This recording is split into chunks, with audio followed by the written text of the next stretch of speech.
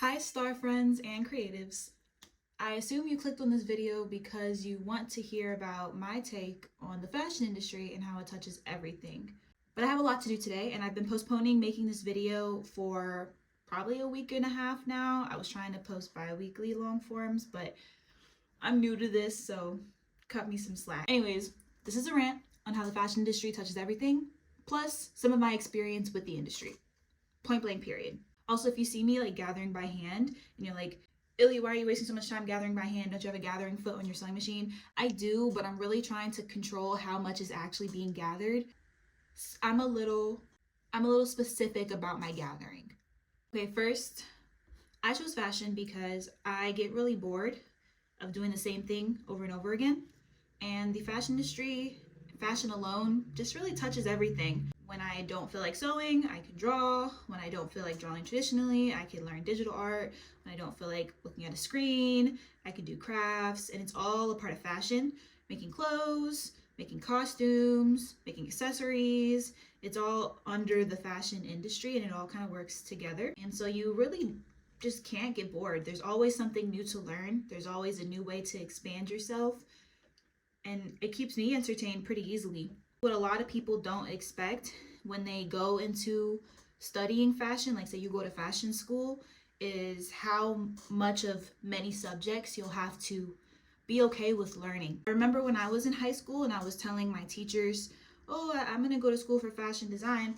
And they were like, why fashion design? You have good grades, you're smart, go into academia, go into the academics.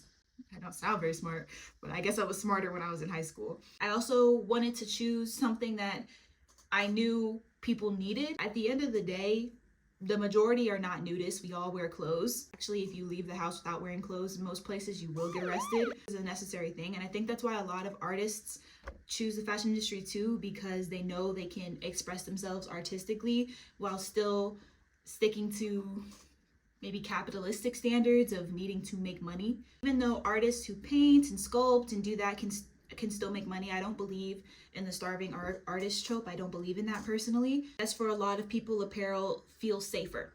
My teachers who were trying to convince me to not go into fashion didn't understand is how much math and science I would actually need to be a part of the fashion industry.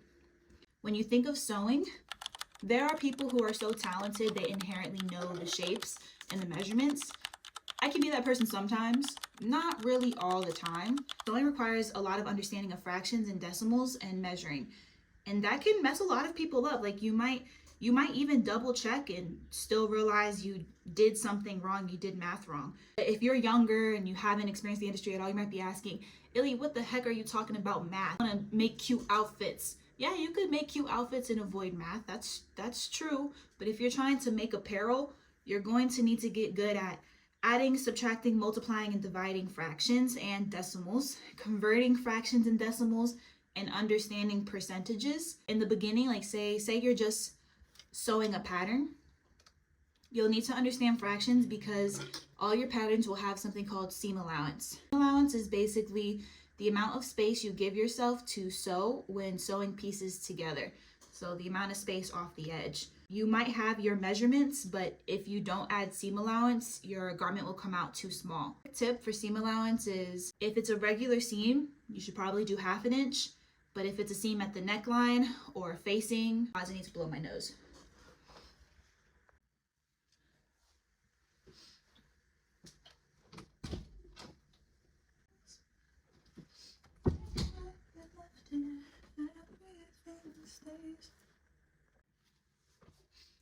Okay, if you're sewing a regular seam, you should give yourself 1/2 inch. Good amount of seam allowance to press the seams open and not worry about difficulty. If you're doing a neckline or a facing of any kind that flips into itself, the edge of collar, it's a 1/4 inch seam allowance. If it's lined, 1/4 inch. If it's regular, just side seam, inner sleeve, inner pants, 1/2 inch. That's the one example of how you'll need fractions in a simpler sense. Also, in just measuring, you need to be able to read a measuring tape, which surprisingly some people can't do. I think they get confused by the small lines and the bigger lines, but it's okay. You can always learn. Everything can be learned. Everything can be simplified. Even if it's confusing at one point, It'll become clear with time. I think with my experience of college, I didn't expect so many people to drop out because of the math component. For example, one class that I took when I was in fashion school was learning the Gerber system, which is for digitizing patterns. I don't even know who uses the Gerber system. The jobs I worked at didn't even use it. I haven't worked at every company in the world. We taught the Gerber system, but now everyone's learning other forms. But in the Gerber system, you use a lot of decimals because you have to type in all of the decimals for the size that you're doing. What you're doing is you're grading from a sample size to all the other sizes. And grading is essentially you take one size and you have your one pattern, your one shape, your one garment has different shapes that make a pattern, right? This is geometry. You take that shape and you go up for bigger sizes and down for smaller sizes. And that's how our sizing ends up being hard for a lot of people, because that might work for some body types, but some body types need its own shape and can't just be a larger grading of a smaller shape. It just depends on the person, which is why PSA, don't let the number on a tag define your worth. You're probably going to have many different numbers on many different tags. There isn't one universal standard for what a size is. A lot of brands find a size chart from another brand or just intuitively try to make their own based off the dress forms they have. It can vary, and that's okay. I sometimes am a size 6. Recently, I've been more of a 8, 10. Some pants, I actually have to be a 12, but then it fits kind of weird. At one point, I was getting real close to a 4. Ugh, I know, but none of that matters. It didn't mean anything. I was a 27 to 32, 6 to 12. That's like nearly double. It happens to everybody, and it's completely normal, which is why alterations are important. And that all goes back to math. Even when doing alterations, you have to be able to take the measurements of the person you're altering for and compare it to the size of the garment that you have. Be able to subtract from the difference or add. My most recent videos did really well on Instagram because I made my skirt bigger because I couldn't fit it. It was too small, but I didn't want to let it go because it was too cute. But enough on math. You might be wondering, Illy, you've talked a lot about math. We all know fashion includes math. Everyone knows that. Well, did you know that fashion includes science? Lots and lots and lots of different types of science. A class that you have to take when you go into fashion school is textile science, which is exactly what it sounds like. It's the science of textiles. Textiles could also be called maybe fabrication or materials, which is something that is constantly being developed because of environmental needs. A quick little summary of textile science is the fabric that you have has a component. So you've probably heard of cotton. Cotton is a fiber. So cotton gets turned into a fabric. Cotton isn't the fabric. It's what the fabric is made out of. A fiber can be woven, it can be knitted, a lot of different things can happen, but typically it's either woven or knitted, which is why all fabric except for leathers and other one, I'll probably look it up later. It's where you mash it down. Most fabric can get split into knits or wovens. And knits are typically stretchy and wovens typically don't stretch unless spandex is added into the content of the fabric, then the woven will be able to stretch. Or if your woven fabric is cut on the bias, it might have a little bit of give. Textile science, you basically learn the order in which textiles are created, from fiber content to woven or knitted to the actual fabric. And different weaves make different types of fabrics. A lot of people will be like, oh, I want a satin fabric. Satin is not a specific type of fabric, it's a weave. A satin weave will make the fabric more shiny or lustrous. Different types of satin fabrics that have specific names. So each fabric has its own name afterwards. Satin, jacquard, these are types of constructions of fabrics, but specific names of fabrics would be, I don't know, charmeuse, georgette. Those are specific names of fabrics. I hope I'm not saying charmeuse wrong. I don't think I've heard many people say charmeuse. Charmeuse? I don't know. Fiber, which is the content. Fibers get turned into the general wovens or knits, which have specific fabric names. Georgette, charmeuse, and so on. Gingham, etc. All a science. And they're also always developing new types of fabric and new types of fibers. For example, synthetic fibers are not natural fibers. So cotton can grow out the land, so it's a natural fiber. Wool comes off sheep, so it's a protein fiber. Synthetics are fibers that are made man-made or made in a lab or some sort. Like, for example, polyester is essentially plastic. You know when it's a synthetic fabric, you know when it's not natural, or because it melts, because it's man-made. You might be thinking, well, what happens to cotton fabric? Well, it burns. What happens to wool fabric? It smells like burning hair. Like, natural fibers, like, they burn, they don't melt. But synthetics, they melt, which is still a part of science. The thing about it is, like, you might be thinking, Illy, why do I need to know all of this? I just want to design clothes. I just want to make clothes. You will need to know all of this because the fabric that you work with will affect the design of your garment no matter what.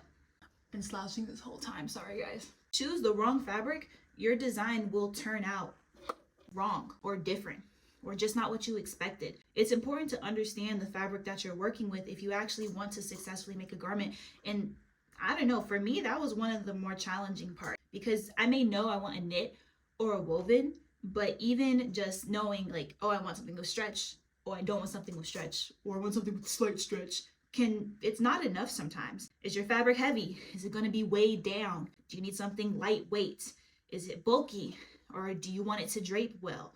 Is it lustrous and shiny, or do you need something matte? Do you want to use synthetics, or do you want something more natural? The way it was washed or dyed, is it going to start rubbing off and everything? This is all really important stuff that needs to be considered, and the mistake a lot of people make. You might have chosen, oh, I want to make a red dress, so I chose a red fabric. That's cool, but if you're trying to make something that's flowy in the wind and shiny, you might want an organza, but if you choose a chiffon, the likelihood of it being shiny is not high.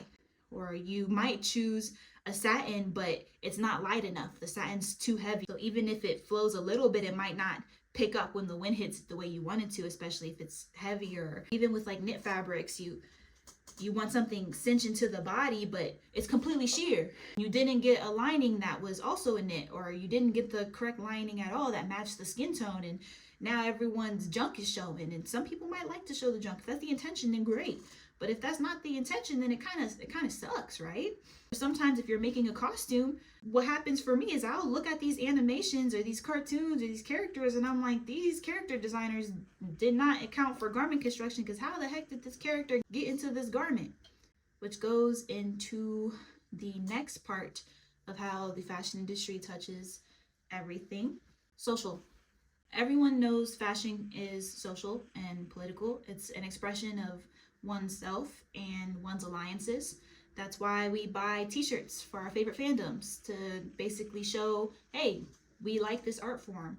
Or we wear hats that say our political alliances, good or bad, I guess. All fashion, it's all a garment, it's all something we wear and express ourselves with. Some people might feel more comfortable and muted, darker clothing that might show that they're maybe a little bit more reserved, or some people might feel more confident to wear bright, colorful clothes to show that they're bubbly or open or friendly. It's all a way to communicate with others. Like a sports jersey shows your team and where you're from, possibly. It's all very important, and it all can be very political. Whether you say you're political or not, how you dress might show that you might be a little bit more conservative, or a little more modest, or a little more liberal or more open, just by the amount of skin you show. Maybe you're repping your religion. It's all a very social thing. One part of the fashion industry is trend forecasters. And trend forecasters look at this stuff. They look at, what are people wearing? How short are our skirts right now? And a lot of times things like that do reflect back on the economy. In times where the economy is thriving, people feel more comfortable to take risks. Clothes, they feel less worried about needing. I'm slightly rambling, but because fashion touches everything, that's why we have markets. Market is basically what your brand or company is, or who is trying to appeal to. And typically these markets go by like price range or budget. When like fast fashion is a low, affordable market. Couture, which is high end, and that market is only for people who have huge price point budget pleats and such like that. Bridge, which is, it's more expensive, but it's not necessarily a $10,000 dress. Maybe the dress is 500, maybe 800. So there's different markets, and you have demographics like, are you a sportswear athleisure brand, or are you an evening wear brand, or are you a bridal / formal wear company, or are you a denim company? That's because you're targeting, we make this type of clothes that cost this much. This can be kind of boring for a person like me. I like to make all sorts of things. I like to make sure my skill set covers a bunch of different markets, but when you're working in this industry, it could be a little challenging if you don't kind of choose, casual or high end. Like, if you don't kind of choose a lane, because then people are looking at your resume. They're not going to hire you if your resume doesn't align with their market, unless your skill set and your portfolio surpasses your previous work experience. I worked at Guess for 4 years, so when I would apply for other places, if I applied for a market that wasn't the same as Guess, like I could probably also apply for True Religion. It would be easier for me to get a job for that company, as opposed to when I applied for a bridal wear brand. They asked me, do you have any experience with bridal? They said, have you ever made a formal wear gown? Know the garment construction for it, because the garment construction is different. The top I'm wearing right now, very simple top, no lining, like that's simple, opposed to the actual bride's gown, which is going to have some construction details, unless the bride wants something simple. You need to be able to prove that you can do those things. And when I ended up getting hired at Azazi, it helped that I had worked at a company for 4 years, because it showed some sort of consistency. But they asked me specifically, like, do I have any dress experience? Thank God I never worked one job. Thank God I've always done freelance work or took commissions, because I did have dress experience. I got to show, like, oh, I've done this dress for this person, this dress for this person. I did this freelance dress collection. Luckily, it was enough to get hired, and then I finally got to move up a market into bridal and formal and evening wear, which for me was an actual step up, because I realized as a designer, I didn't want to do as much casual clothing, as much sportswear, athleisure. I really did want to focus on dresses, and I got a year of work experience only doing dresses, which is what I wanted. I was talking for like 15 minutes and I ran out of storage on my phone, and I said some really good stuff, so I'm sorry if I can't remember it all. We also have a million different departments. If you're more into math, then you might want to be a technical designer and just focus on the fits, or a pattern drafter and just focus on the fractions and the decimals and drafting the patterns, whether digitally or by hand. If you're more into the actual act of using your hands and constructing things, you might want to be a seamstress or a cutter, fabric cutter. If you're more into choosing the garments and choosing the clothes that goes into stores or that people wear, you might want to be a buyer or a stylist. You should also probably be good at math for buying as well. Just saying, I see some of the stuff they did. You should probably be good at math. Anyways, you might want to be a buyer or a stylist of some sort. Maybe you are more artistic and you do want to create art. Okay, then you might want to be a designer, but really ask yourself, what kind of designer do you want to be? Maybe you just care about the planet a lot and you love fashion as a hobby. Maybe you go into sustainability. Or if you're really into science, you might go into sustainability as well to figure out how can we combat how the fashion industry is polluting our earth in large, disgusting ways. Maybe you can come up with a fabric that is widely popular that isn't polyester, or ways to recycle polyester, because polyester is plastic. Maybe you, as a scientist who loves fashion, knows how to create a textile that is made from recycled materials, or made from trash, or just better than polyester, that degrades, something that doesn't take so long to go back to the earth, that can still be widely manufactured. Maybe you're good with people and you like working with people overseas and talking to people, and you have strong garment construction knowledge. Maybe you want to be in product development. So many different parts of the industry that is the fashion industry, that is our fashion ecosystem. You don't have to be tied down to just thinking, oh, I like fashion, I have to be a designer. You could be whatever you want. Even if you just specifically like traditional drawing, you could be in fashion illustrator. Fashion illustration is extremely important. It's an art form that I love and I think we should keep alive, because it's one of my favorite parts of fashion. And just know, like, fashion illustration, whether it's traditional with markers, pens, pencils, or digital with Procreate or Adobe Fresco or Illustrator, it's all still really valid and needed for different reasons. Or if you're really into technology, we have digital drafting now. We have Clo 3D design and other sorts of 3D design ways where you can pattern draft, drape, and sculpt. Think bigger on how we can adapt the industry to be better for everyone, better for the world, better for the environment, and acknowledge that designers are not the only people in the industry. The industry is filled with so many talented people who are stronger and smarter in different things and in different ways. If you're thinking about fashion, don't just limit yourself to just design, because that's why so many people end up dropping out of fashion design or just changing their major in general. So many cool other things as well that are, if not more than valid. Everyone wears clothes. Everyone needs clothes. I'm assuming you're wearing clothes right now, possibly. Maybe you're naked. I don't know. No shame. And even being naked is still a fashion statement. You might love fashion, but be more of a business person. You can make the best apparel business ever because it's the business of fashion. I hope you enjoyed this rant.